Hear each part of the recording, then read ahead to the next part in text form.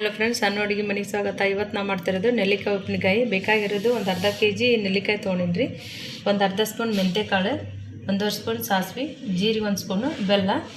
ಇದನ್ನು ಮೊದಲಿಗೆ ಬೆಲ್ಲದೊಳಗೆ ಕುದಿಸ್ಕೋಬೇಕ್ರಿ. ಬರ್ರಿ ಬೆಲ್ಲದೊಳಗೆ ಕುದಿಸ್ಕೊಳ್ಳೋಣ್ರಿ. ನೆಲ್ಲಿಕಾಯಿ ತೊಗೊಂಡು ತೊಳೆದು ಒರೆಸಿ ಕಾಟನ್ ಬಟ್ಟೆ ಒಳಗೆ ಇಟ್ಟಿನ್ರಿ. ಇವನ್ನ ಈಗ ಹಾಕೊಂಡ್ಬಿಡೋಣ್ರಿ. ಈಗ ಬೆಲ್ಲ ಹಾಕ್ಕೊಳ್ಳೋಣ್ರಿ.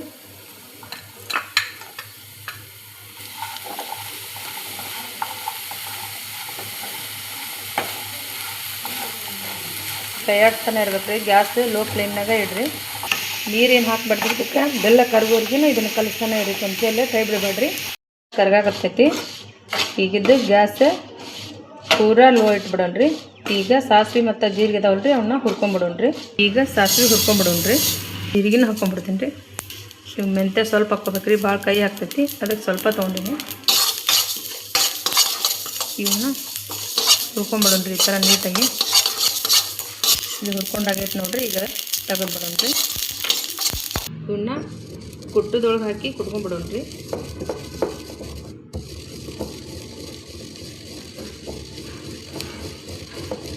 ಇದಾಗೈತೆ ನೋಡ್ರಿ, ತೆಗೆದ್ಬಿಡೋಣ್ರಿ. ಇದನ್ನ ಇದು ಆರ್ಲ್ರಿ, ತೆಗೆದ್ಬಿಡೋಣ. ಅಷ್ಟರೊಳಗೆ ಖಾರ ಮತ್ತು ಉಪ್ಪು ರೆಡಿ ಮಾಡ್ಕೊಳ್ಳೋಣ್ರಿ.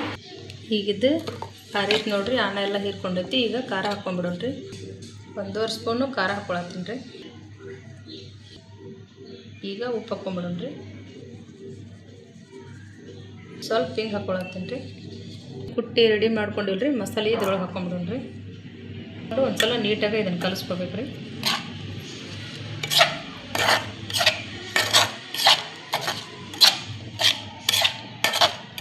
ರೆಡಿ ಆಯಿತು ಉಪ್ಪಿನಕಾಯಿ. ಇದು ಆರಿದ ಮೇಲೆ ಒಂದು ಬರ್ನಿ ಒಳಗೆ ತೆಗೆದಿಡ್ಬೇಕ್ರಿ. ನೋಡಿರಿ, ಇದು ರೆಡಿ ಆಗೈತಿ. ಈಗ ಬರ್ನಿ ಒಳಗೆ ಹಾಕ್ಕೊಂಬಿಡೋಣ್ರಿ. ಬರ್ನಿ ಒಳಗೆ ಹಾಕ್ಕೊಂಬಿಡೋಣ್ರಿ. ನೆಲ್ಲಿಕಾಯಿ ಸೀಸನ್ ಇದ್ದಾಗ ಈ ಥರ ಮಾಡಿ ಇಟ್ಕೋರಿ. ಒಂದು 5-6 ತಿಂಗಳು ಏನಾಗೋದಿಲ್ಲ ರೀ. ನೆಲ್ಲಿಕಾಯಿ ಉಪ್ಪಿನಕಾಯಿ ರೆಡಿ ಆಗೈತಿ. ನೆಲ್ಲಿಕಾಯಿ ಒಳಗೆ ವಿಟಮಿನ್ C ಹೇರಳವಾಗಿರ್ತೈತಿ. ಮಕ್ಕಳಿಗೆ ಈ ಥರ ಮಾಡಿಕೊಡ್ರಿ, ಸೂಪರಾಗಿರ್ತೈತಿ.